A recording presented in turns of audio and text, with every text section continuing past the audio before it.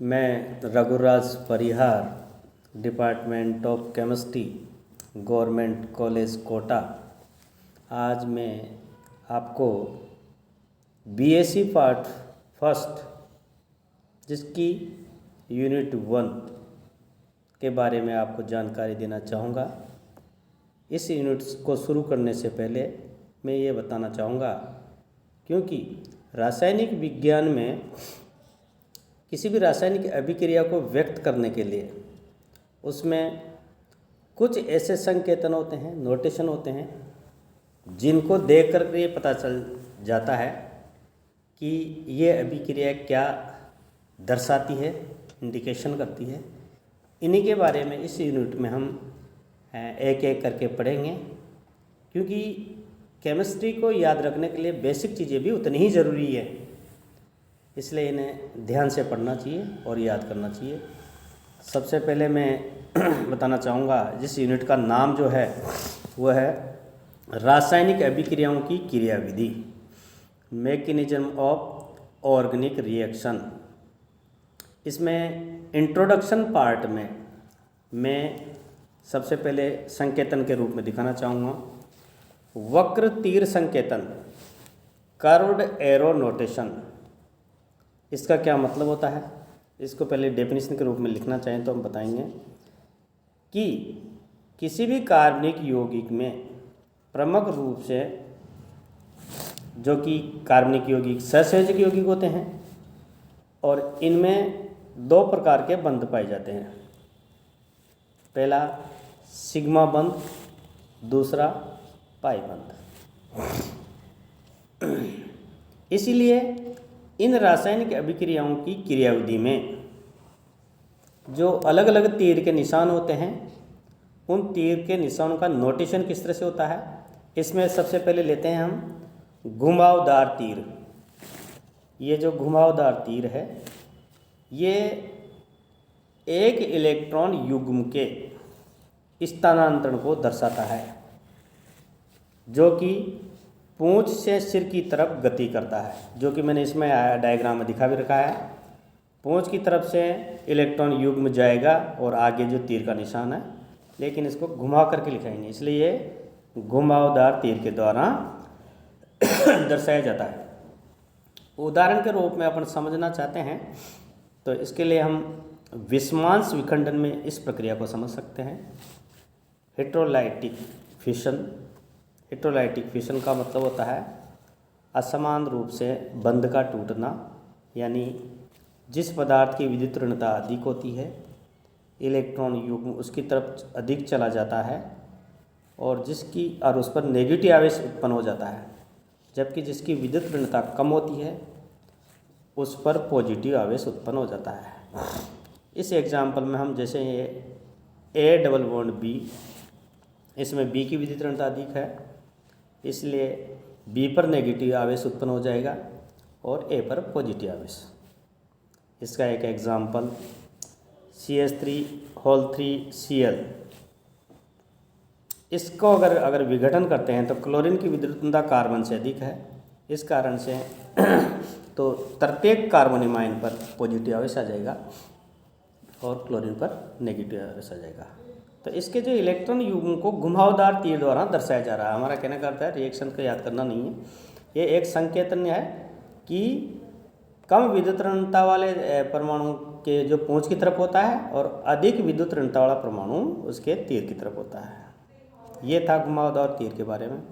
दूसरा संकेतन या नोटेशन, जिसे अर्ध तीर संकेतन या हाफ हेडेड एरो बोलते हैं। हाफ हेडेड एरो में क्या होता है, ये इसकी यदि रासायनिक अभिक्रियाओं की क्रियाविधि में एक अकेला इलेक्ट्रॉन गति कर रहा हो तो उसे आधे सिर वाले, जैसा मैंने यहाँ पर बता रखा है आधा सिर वाला, इस आधे वाले सिर वाले तीर द्वारा प्रदर्शित किया जाता है। अर्थात इसका मतलब होता है दो परमाणुओं के मध्य बंध के इलेक्ट्रॉन समान रूप से दोनों परमाणु पर आवंटन हो जाते हैं। और साथ में जो इसकी जो स्पीशीज़ है वो मुक्त मूलक स्पीशीज़ प्राप्त होते हैं, यानी कि एक एक इलेक्ट्रॉन दोनों परमाणु पर चले जाते हैं। तो इसके लिए ये उदाहरण के तौर पर समांश विखंडन, होमोलाइटिक फिशन, यानी कि इस विखंडन में दोनों परमाणु अपने अपने इलेक्ट्रॉन को लेकर के अलग हो जाते हैं और जो स्पीशीज़ बनती है उसे मुक्त मूलक स्पीशीज़ कहते हैं।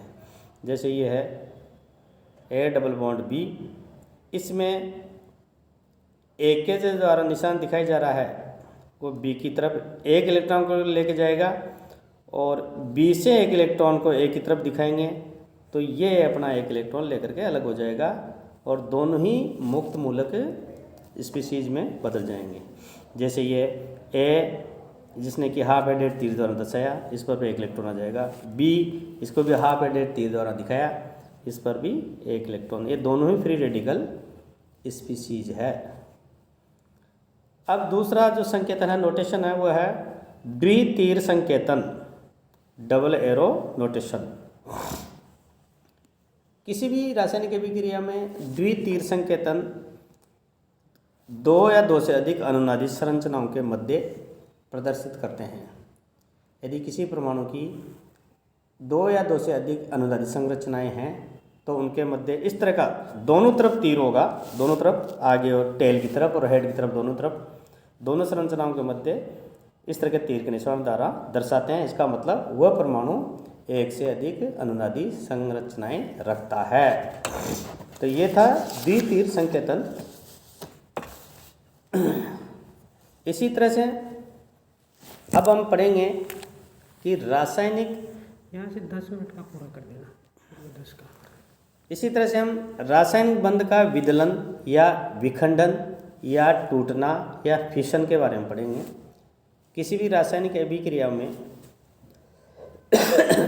बंधु का टूटना, यानी कि बंधु का टूटना मीन्स पुराने बंधु का टूटना और नए बंधु द्वारा उत्पाद अणु का बनना रासायनिक अभिक्रिया कहलाती है। उस अभिक्रिया में पुराने बंध जो है वो टूटेंगे और टूट करके नए उत्पाद बन जाएंगे। तो ये एक प्रकार की हमारी रासायनिक अभिक्रिया कहलाती है। जैसे इस समीकरण के द्वारा देखेंगे, ए और बी और प्लस सी, ये रिजेंट रिएक्टर है, क्रियाकारक कहते हैं इनको तीनों को, जो आपस में क्रिया करते हैं। तो यहाँ पर तीर के निशान के आगे की तरफ ए सिंगल बॉन्ड सी, एक प्रोडक्ट बन गया, यानी कि ए और बी के बीच में बंध टूट गया और ए का जो बंध है वह सी से जुड़ गया और इसी तरह से बी और सी के बीच में नया बंध बी और सी बन गया। तो ये कहलाएगा प्रोडक्ट्स या उत्पाद। क्रियाकारों के बंध जो है टूटते हैं और उत्पादों में नए बंध बन जाते हैं, नया प्रोडक्ट बन जाता है। ये कहलाती है रासायनिक अभिक्रिया। अब ये कहना चाहेंगे कि विखंडन क्या है, फिशन क्या है। कार्बनिक यौगिकों में मीन्स सहसंयोजक यौगिकों में विखंडन दो प्रकार के होते हैं। कौन कौन से? पहला है समांश विखंडन या होमोलाइटिक फिशन या सममित विखंडन, इसको सिमेट्रिक बॉन्ड क्लीवेज भी कहते हैं, कई नाम है। क्या परिभाषा है?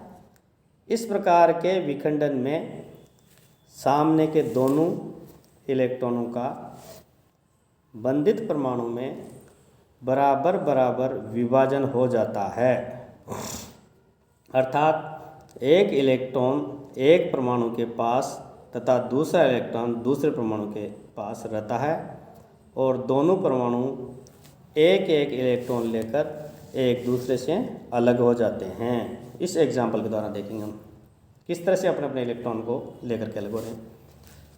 ए और बी के बीच में एक इलेक्ट्रॉन युग्म है, तो ए परमाणु एक इलेक्ट्रॉन को लेगा और बी परमाणु अपने एक सिंगल इलेक्ट्रॉन को लेकर के बराबर भागों में टूट जाएंगे, मुक्त मूलक बन जाएंगे। तो इसको कहेंगे समांश विखंडन। ए डॉट सिंगल बॉन्ड, इसलिए ये ए फ्री रेडिकल बन गया, बी के ऊपर एक इलेक्ट्रॉन आ जाएगा तो बी फ्री रेडिकल मिल गया, मुक्त मूलक बन जाता है। इसको इस तरह से किसी भी स्पीशीज़ के रूप में, जैसे कार्बन से कोई भी ग्रुप जुड़ा हुआ तो कार्बन भी मुक्त मूलक बन जाएगा और ए भी मुक्त मूलक बन जाएगा। इस तरह एग्जाम्पल कई दिए जा सकते हैं रासायनिक अभिक्रियाओं के लिए। इसकी जो मध्यवर्ती स्पीच जो बनी है उन्हें मुक्त मूलक कहते हैं। अब मुक्त मूलक क्या होते हैं? ये जो अयुग्मित इलेक्ट्रॉन के कारण बहुत अधिक क्रियाशील होते हैं लेकिन कम स्थायी होते हैं, और ये मुक्त मूलक गैसीय अवस्था में और अध्रुवीय विलायकों में विलय होते हैं। और ये जो अभिक्रिया होती है वो प्रकाश की उपस्थिति में ही होती है ना। इस तरह से ये हमारे रासायनिक बंधन यहाँ पर खत्म हुए। थैंक यू, धन्यवाद।